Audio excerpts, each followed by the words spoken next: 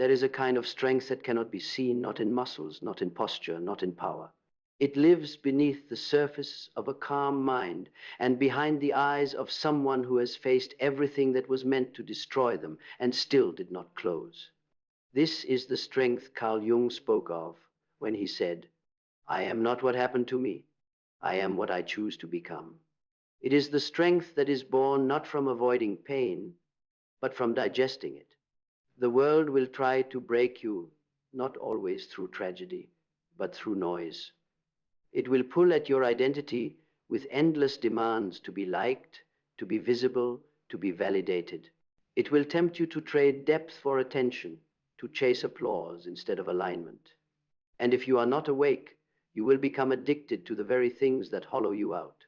Jung understood this addiction well. The constant fleeing from the self. He saw that modern man's suffering was not his wounds, but his refusal to face them.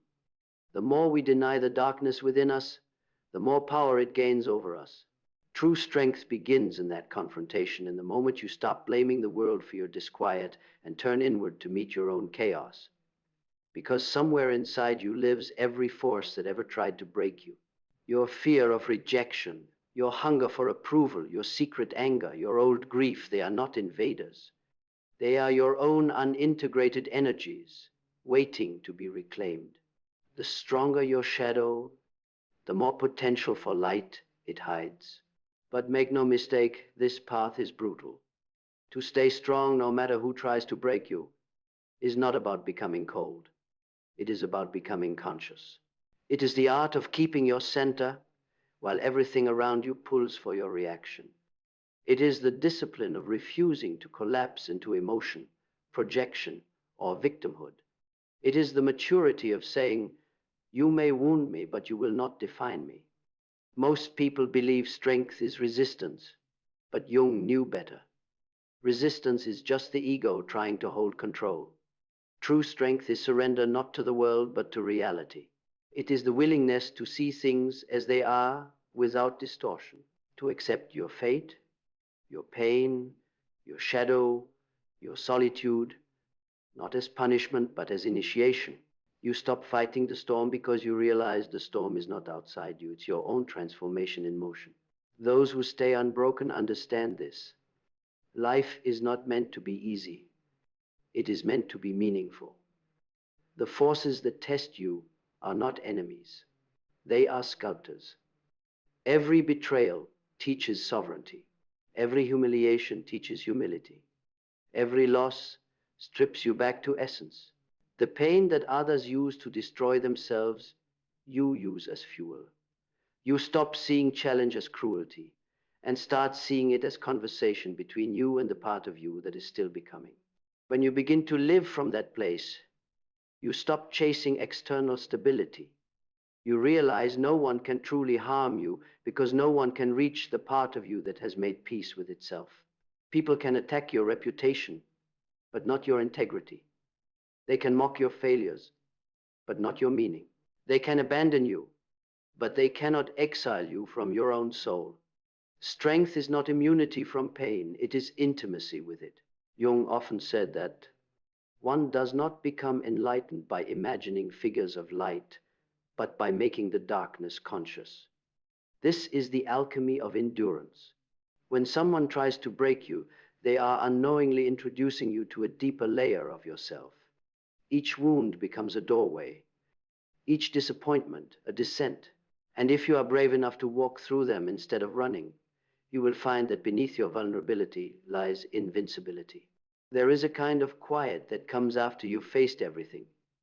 It's not emptiness, it's clarity. You stop needing to prove your worth, to justify your path, to explain your soul.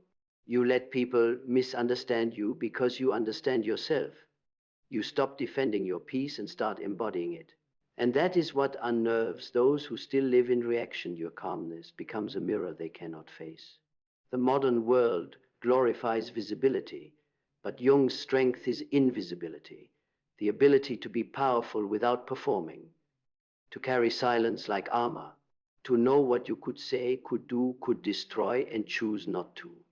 Restraint becomes the highest form of dominance.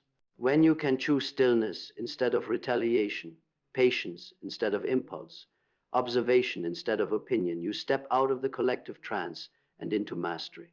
This mastery is not emotionless, it is exact. You still feel anger, but it no longer uses you. You still feel fear, but it no longer drives you. You have learned to treat emotion as information, not instruction. You respond, not react. And through that, your presence begins to change. You no longer move like someone seeking permission to exist. You move like someone who already knows they belong. To stay strong when others try to break you is to understand projection. People will see in you what they refuse to see in themselves. They will attack your clarity because it exposes their confusion. They will resent your boundaries because it reveals their lack of them. They will call you arrogant for refusing to shrink, cold for refusing to please, distant for refusing to perform. But you do not owe your authenticity as comfort to anyone's delusion. Strength, Jung would say, is knowing that every judgment is a mirror, every insult a confession. You don't fight mirrors, you look into them.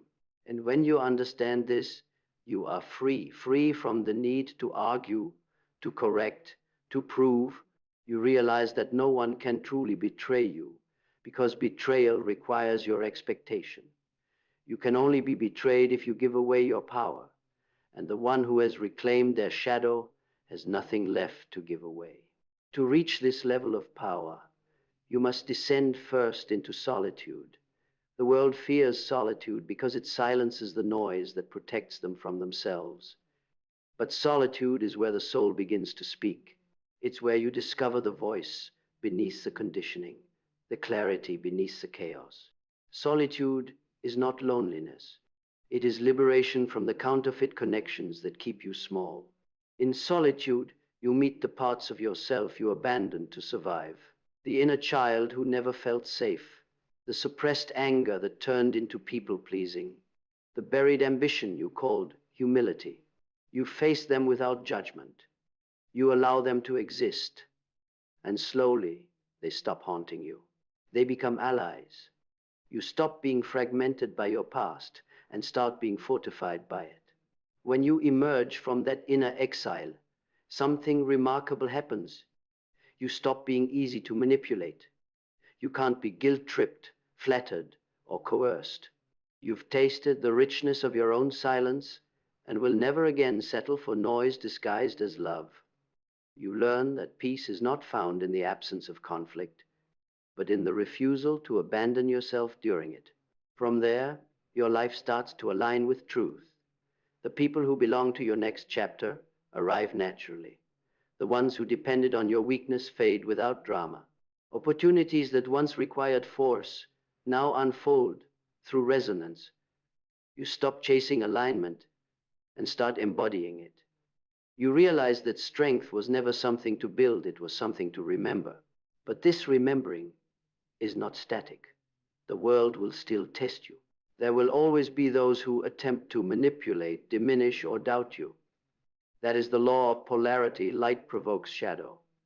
Yet each test now feels different.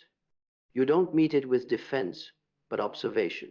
You don't ask, why is this happening to me? But what in me does this reveal? Every conflict becomes a mirror for refinement. Every challenge, a ceremony of growth. Jung's strength is not about conquering others. It is about transcending reaction. It is about holding such depth of awareness that even pain becomes sacred. Because once you see that everything life sends you is a conversation with your own unconscious, there is nothing left to fear. You no longer run from pain. You study it. You listen to it. You extract its wisdom and let it go. And that is when you become unbreakable, not because you are invulnerable, but because you are transparent. Nothing sticks to you anymore. Praise passes through you like wind. Criticism dissolves like smoke. You don't cling to identity, status, or validation. You live from essence. You are no longer the stormed sea, but the depth beneath it. That is Jung's way to stay strong no matter who tries to break you. Become so aware of your inner world that no outer force can command it. When you understand your shadow, you are no longer ruled by it. When you befriend your pain, you are no longer afraid of it. When you accept your solitude, you are never again lonely. And so, the final paradox of strength reveals itself the moment you stop fighting to be strong, you are. Because strength was never about building walls, it was about dissolving illusions. It was about realizing that the power you sought in the world has always been the quiet pulse inside you waiting to be remembered. No one can take that from you. Not betrayal, not rejection, not time. You carry within you the same fire that built civilizations, the same consciousness that birthed stars. You are the witness and the warrior, the student and the storm. And when the world tries again to bend you, smile. Let it. The unbroken do not resist the wind. They become it. When you reach this level of inner stillness, something subtle yet profound begins to happen. Your perception of power changes. You no longer see power as dominance or control. You start to understand it as presence, the capacity to stay entirely yourself in any situation, without distortion, without needing to shrink or expand to fit anyone's expectation. That is the rarest kind of strength. The power to remain unmoved in a world addicted to reaction. Because the true battlefield is not the world outside you. It is the space between your awareness and your impulse. Every insult, every loss, every challenge, they are invitations to step into that space. Most people live as slaves to reaction. Their emotions get hijacked by every passing opinion, every disappointment, every minor resistance. They hand over their peace for validation. But once you've faced yourself deeply enough, you stop responding to noise. You begin to live from rhythm instead of reaction. Rhythm is what the ancients called the pulse of the cosmos, a deeper order beneath chaos. When you align with that rhythm, life stops feeling random. You no longer fight the current. You move with it.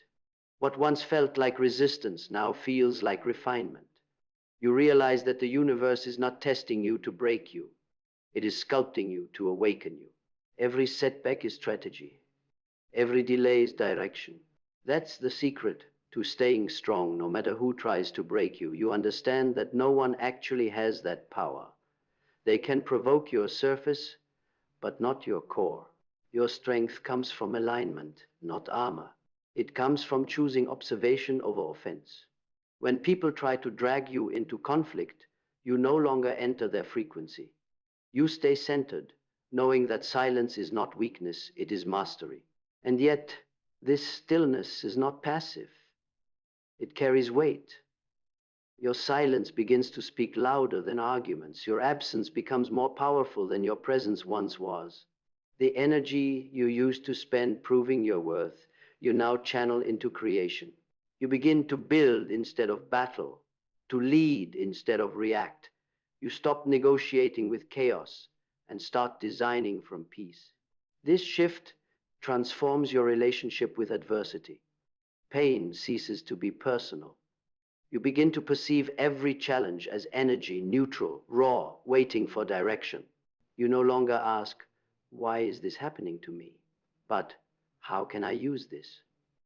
The energy of pain becomes fuel for transformation. The energy of betrayal becomes clarity. The energy of loss becomes expansion.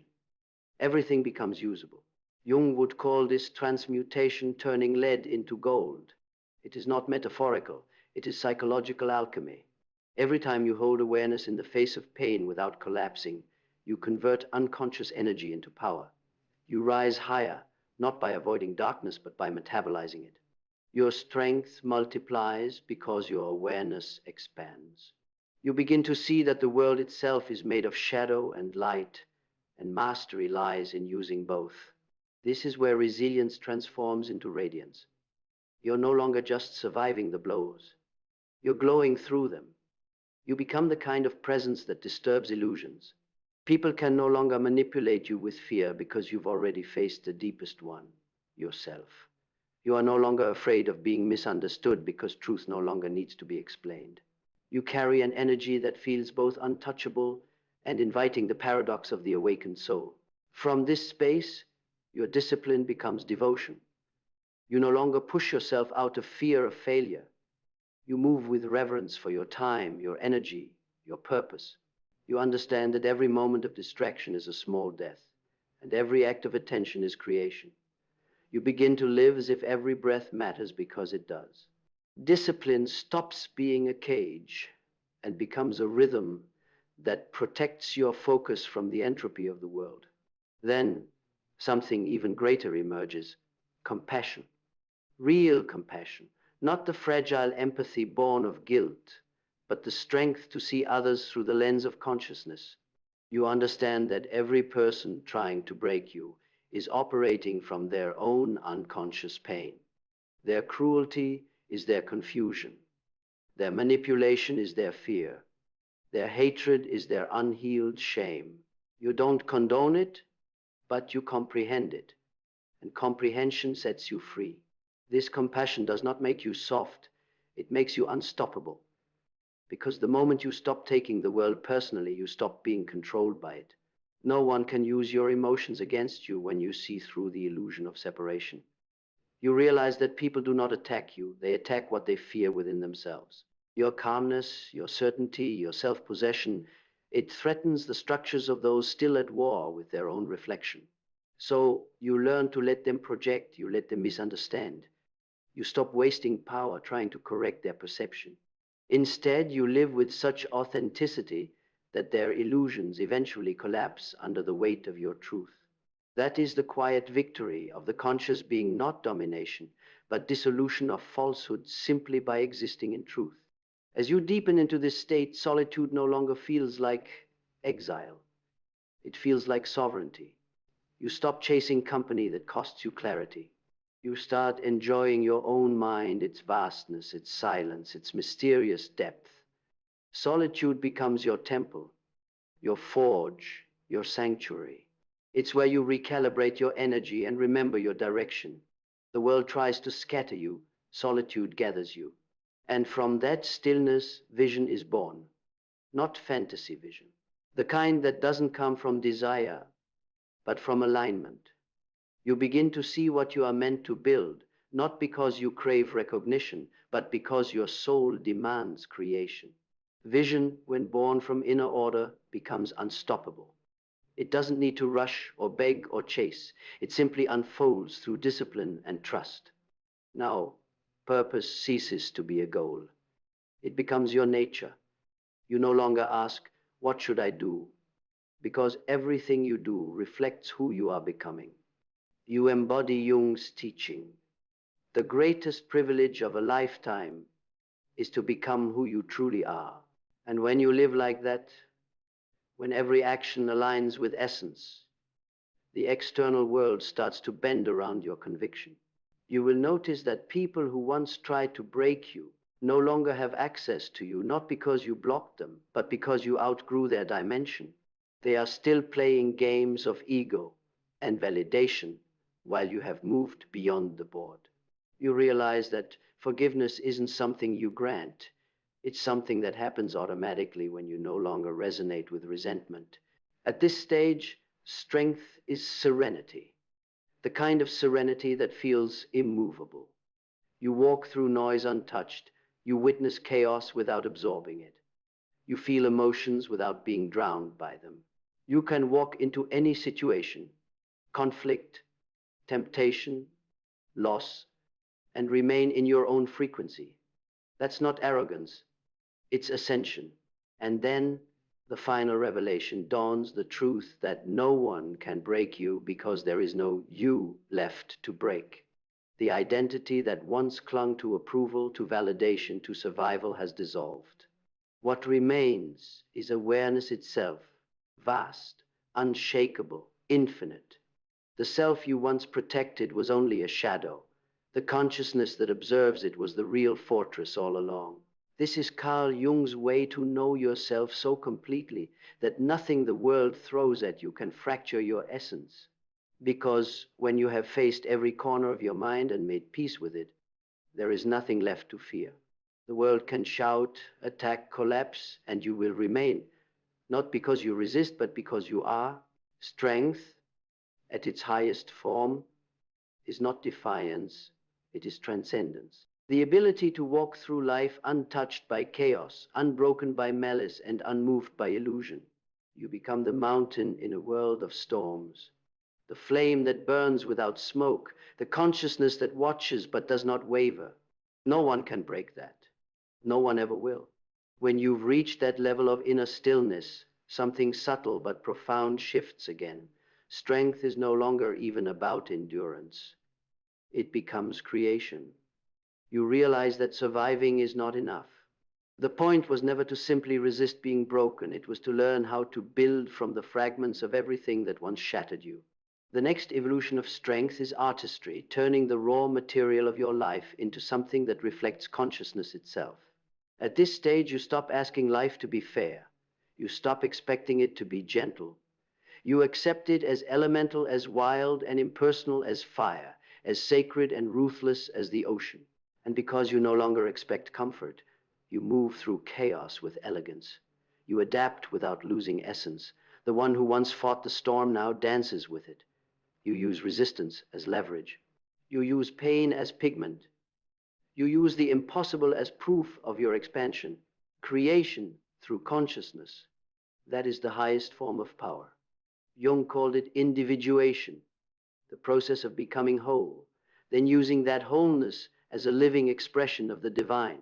When you reach this point, your life stops being a reaction to the past and becomes a response to purpose. You are no longer trying to prove anything. You are composing yourself into a symbol not of perfection but of integration. Every action, every silence, every boundary becomes language through which truth expresses itself. And with that comes a deeper relationship to time. You stop rushing. You start listening. You understand that everything has its season, that strength is not acceleration, it's rhythm. You begin to align your energy with cycles rather than schedules. You rise and rest like the tides, act and withdraw like breath. You become a living embodiment of balance, masculine precision fused with feminine intuition, intention fused with surrender. In this space, even ambition transforms. You no longer pursue success as validation. You pursue mastery as communion. Your work, your art, your movement through the world, they become extensions of your consciousness. You stop chasing impact and start radiating it. Your legacy ceases to be measured in what you achieve, but in the frequency you leave behind, the invisible shift you create in others simply by existing fully awake.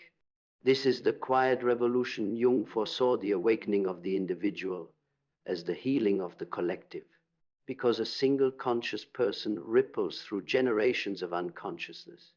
You no longer fight systems by opposing them. You outgrow them by living beyond their limits. You no longer debate truth. You embody it. And slowly, everything false begins to decay around you. That is how civilizations evolve, not through noise, but through awareness. And yet, this level of clarity comes with solitude of a different kind, not the solitude of isolation, but of altitude. When you rise into self-mastery, the air grows thinner. Fewer can breathe there. You start to understand why sages withdraw from the crowd, not because they despise humanity, but because they must guard their frequency. Too much noise can pull even the awakened back into forgetfulness. So you learn to come and go from the world with purpose. You give, and then you retreat to replenish. You engage, and then you return to stillness. That is the new discipline, the art of energetic hygiene. You become deliberate with everything. What you consume, what you create, what you allow near your mind. You stop feeding on stimulation. You start feeding on silence. You begin to sense truth not through logic, but through resonance. Words lose importance. Energy becomes everything. You can feel deception before it's spoken, sense alignment before it's visible. You are no longer thinking reality, you are tuning it. From that depth of awareness, you rediscover something long forgotten: awe. The kind of awe that humbles without diminishing, that expands without overwhelming. You see how everything, even suffering, is part of the same magnificent design. You feel gratitude not as an emotion, but as comprehension. You understand that nothing that happened to you was wasted. Every fall was data. Every loss was recalibration. Every silence was instruction. Gratitude at this level is strength refined to its purest essence. It is not thankfulness for comfort, but reverence for growth. You look at your scars and feel not shame, but wonder how extraordinary that the universe would sculpt you with such precision. You no longer wish your past away, you bow to it, because it was your crucible, and only through it could you have remembered what cannot be broken. And now, having walked through all of it, the darkness, the fire, the solitude, the silence, you emerge with something more than resilience. You emerge with grace, not the shallow grace of politeness, but the radiant grace of one who understands. You move differently now. You carry peace like gravity. You speak less, but every word lands like thunder. Your presence becomes medicine to those still trapped in chaos, even when you say nothing at all. This is the kind of strength that terrifies falsehood, not because it fights, but because it cannot be touched. It is the strength of alignment, of integrity so precise it bends reality. It is the strength of one who has nothing to prove, nothing to protect, nothing to hide. Because once you know who you are, the world can no longer tell you who to be. And finally, you understand that all the pain, all the tests, all the attempts to break you were never adversaries, they were catalysts. They existed to strip you of illusion, to shatter every false self, to reveal the core that could not be harmed. You see now that you were never meant to escape the fire. You were meant to become it conscious, pure, unstoppable.